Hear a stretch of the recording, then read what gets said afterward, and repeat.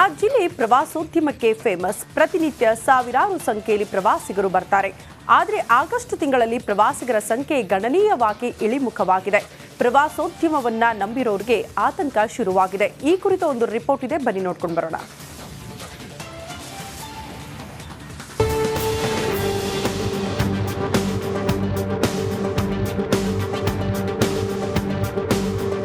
ಅಂದ್ರೆ ಪ್ರಕೃತಿಯ ಸೊಬಗು. ಇಲ್ಲಿನ ನಿಸರ್ಗದ ಸೌಂದರ್ಯ ಸವಿಯಲು ಎರಡು ಕಣ್ಣು ಸಾಲದು. ಸ್ವರ್ಗವೇ ಧರೆಗಿಳಿದಂತಿರುತ್ತೆ. ಆದ್ರೆ ಇಂಥ ಕೊಡಗಿಗೆ ಬರುವ ಪ್ರವಾಸಿಗರ ಸಂಖ್ಯೆ ಕುಂಠಿತವಾಗಿದೆ.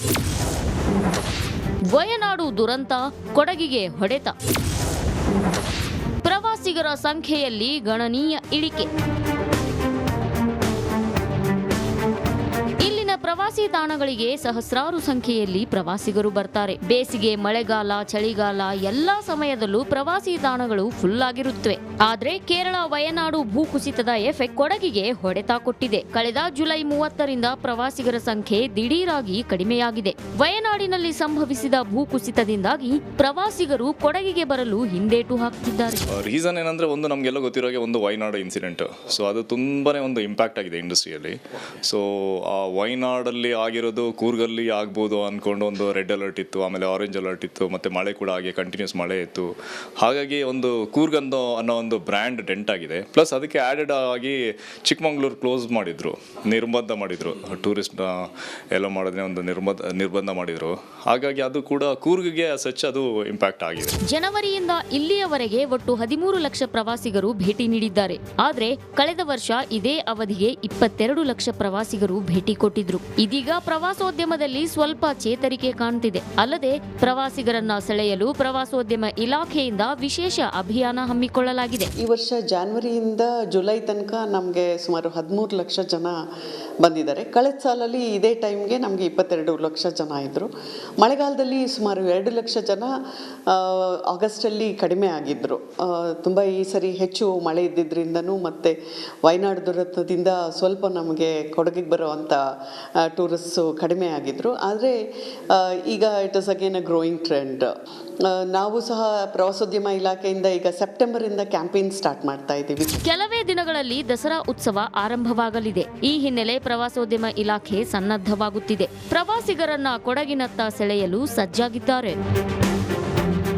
ಅನು ಕಾರ್ಯಪ್ಪ, ಬೆಳ್ಳೂರು, ರಿಪಬ್ಲಿಕ್ ಕನ್ನಡ, ಕೊಡಗು.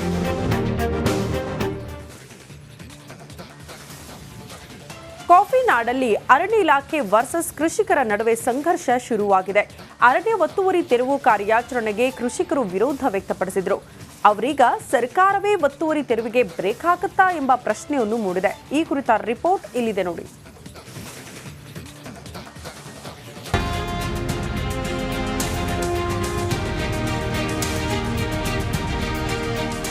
ಕಾಫಿ ನಾಡು ಚಿಕ್ಕಮಗಳೂರಿನಲ್ಲಿ ಕಳೆದೊಂದು ತಿಂಗಳಿನಿಂದ ಒಂದೇ ಒಂದು ಸಂಘರ್ಷ. ಅದು ಅರಣ್ಯ ಇಲಾಖೆ ವರ್ಸಸ್ ಕೃಷಿಕರು. ಅರಣ್ಯ ಇಲಾಖೆ ಒತ್ತುವರಿ ತೆರವಿಗೆ ಮುಂದಾದ್ರೆ ಮತ್ತೊಂದು ಕಡೆ ರೈತರು ಹಾಗೂ ಜನಪ್ರತಿನಿಧಿಗಳು ಬೀದಿಗಿಳಿದಿದ್ರು. ಇದು ಕಾಂಗ್ರೆಸ್ನವರಿಗೂ ತಲೆನೋವಾಗಿತ್ತು. ಜಿಲ್ಲೆಯಲ್ಲಿ 5 ಕಾಂಗ್ರೆಸ್ ಶಾಸಕರಿದ್ದು ಅದರಲ್ಲಿ 4ವರಿಗಂತೂ ಈ ಒತ್ತುವರಿ ತೆರವಿನ ಬಿಸಿ ಮುಟ್ಟಿತ್ತು. ಆದ್ರೀಗ ಒತ್ತುವರಿ ತೆರವು ಮಾಡೋದನ್ನ ಸದ್ಯಕ್ಕೆ ನಿಲ್ಲಿಸಿದ್ದೇವೆ. ಜಂಟಿ ಸರ್ವೆ ನಂತರ ಮುಂದಿನ ಕ್ರಮ ಕೈಗೊಳ್ಳುತ್ತೇವೆ ಅಂತ ಕಾಂಗ್ರೆಸ್ ಶಾಸಕರೇ ಬಹಿರಂಗವಾಗಿ ಹೇಳಿಕೊಂಡಿದ್ದಾರೆ.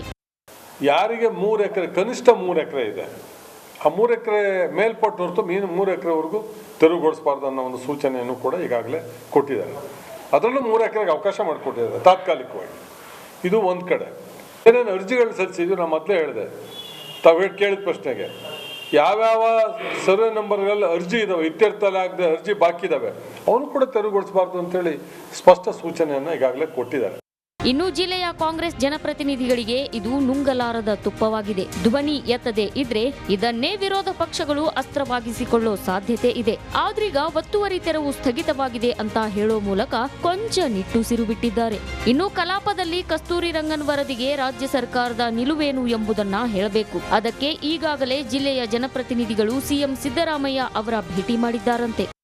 2022ರಲ್ಲಿ ಸುಮಾರು ಒಟ್ಟು 5 ಬಾರಿ ಇದನ್ನ ಒಪ್ಪಕ್ಕೆ ಸಾಧ್ಯ ಇಲ್ಲ ಅಂತಕ್ಕಂಥ ಒಂದು ತೀರ್ಮಾನವನ್ನು ತೆಗೆದುಕೊಂಡು ನಮ್ಮ ಸರ್ಕಾರ ಮತ್ತು ಹಿಂದೆ ಯಡಿಯೂರಪ್ಪನ ಸರ್ಕಾರ ಇದ್ದಲ್ಲಿ ನಾವು ತಿರಸ್ಕಾರ ಮಾಡಿದ್ವಿ. ಮತ್ತೆ ಪುನಃ ಕೇಂದ್ರ ಸರ್ಕಾರ ಅದನ್ನ ರಾಜ್ಯ ಸರ್ಕಾರ ತೀರ್ಮಾನ ತಗೋಬೇಕು ಅಂತಕ್ಕಂಥ ಒತ್ತಡವನ್ನು ಹಾಕಿ ಪದೇ ಪದೇ ಅದನ್ನು ಅನುಷ್ಠಾನಗೊಳಿಸ್ತಕ್ಕಂಥ ಹುನ್ನಾರ ನಡೀತಾ ಇದೆ. ಕಾಫಿ ನಾಡಲ್ಲಿ ವರುಣಾಘಾತದ ನಂತರ ಬೆಂಬಿಡದೆ ಕಾಡಿದ ಒತ್ತುವರಿ ತೆರವು ಕಾರ್ಯಾಚರಣೆ ಸ್ಥಗಿತವಾಯ್ತ. ಜನಾಕ್ರೋಶಕ್ಕೆ ಸೈಲೆಂಟ್ ಆಗಿಯೇ ನಿಲ್ಲಿಸ್ತ. ಕಸ್ತೂರಿ ರಂಗನ್ ವರದಿಯು ಈ ಬಾರಿ ತಿರಸ್ಕಾರವಾಗುತ್ತಾ? ಹೀಗೆ ಹಲವು ಪ್ರಶ್ನೆಗಳು ಸ್ವತಃ ಕಾಂಗ್ರೆಸ್ ಶಾಸಕರೇ ಮುಂದಿಟ್ಟಿದ್ದಾರೆ. ಒಟ್ನಲ್ಲಿ ಸರ್ಕಾರದ ಮುಂದಿನ ನಿರ್ಧಾರ ಏನು ಅನ್ನೋದನ್ನ ಕಾದು ನೋಡಬೇಕಿದೆ. ಚೇತನ್ ಪದ್ಮಶಾಲಿ, ರಿಪಬ್ಲಿಕ್ ಕನ್ನಡ, ಚಿಕ್ಕಮಗಳೂರು.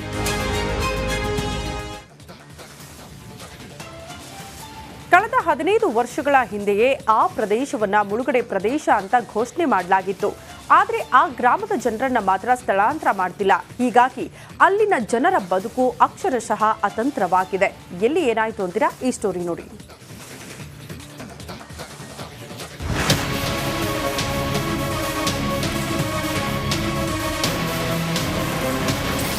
ಅತಂತ್ರವಾದ ಗೊಮ್ಮಗೋಳ ಗ್ರಾಮಸ್ಥರ ಬದುಕು.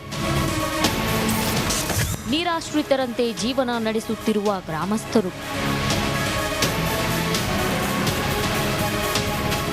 ಇದೇ ನೋಡಿ ಗೊಮ್ಮಗೋಳ ಗ್ರಾಮ. ಗದಗ ಜಿಲ್ಲೆಯ ಮುಂಡರಗಿ ತಾಲೂಕಿನಲ್ಲಿದೆ. ಆದ್ರೆ ಇಲ್ಲಿನ ಗ್ರಾಮಸ್ಥರ ಬದುಕು ಮಾತ್ರ ಅತಂತ್ರವಾಗಿದೆ. ಜಿಲ್ಲೆಯ ಮಹತ್ವಾಕಾಂಕ್ಷೆ ಯೋಜನೆ ಸಿಂಗಟಾಲೂರು ಏತ ನೀರಾವರಿ ಯೋಜನೆ. ಈ ಯೋಜನೆಗಾಗಿ ಸಾಕಷ್ಟು ಜನರು ಮನೆಗಳನ್ನ ಕಳೆದುಕೊಂಡಿದ್ದಾರೆ. ಆದ್ರೆ ಈ ನೀರಾವರಿ ಯೋಜನೆಗೆ ಮುಳುಗಡೆಯಾಗುವ ಗೊಮ್ಮಗೋಳ ಗ್ರಾಮಸ್ಥರು ಮಾತ್ರ ಅತಂತ್ರವಾಗಿದ್ದಾರೆ.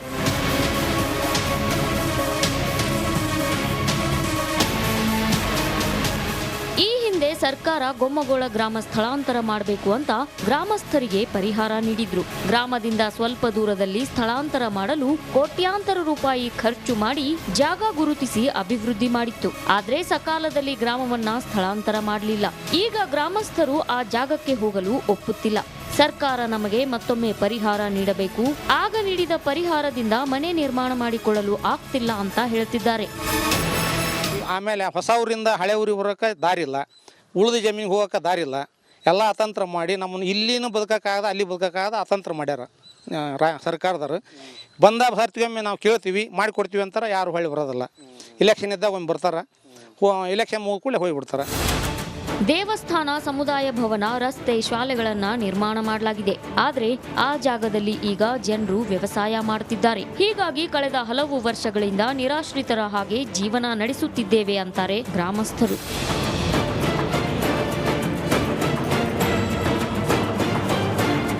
ಏನು ನಿರಾಶ್ರಿತ ಅಂತೇಳಿ ಪಟ್ಟ ಕಟ್ಟಾರಲ್ರಿ, ನಮ್ಮನ್ನು ಗೋರ್ಮೆಂಟ್ ಅಧಿಕಾರಿಗಳಾಗಲಿ ಜನಪ್ರತಿನಿಧಿಗಳಾಗಲಿ ನಮ್ಮನ್ನು ನಿರಾಶ್ರಿತರಾಗಿನ ಉಳಿಸ್ಯಾರ. ಇಲ್ಲಿಗೆ ಬರೋಕೆ ದಾರಿ ಇಲ್ರಿ. ಹೊಸ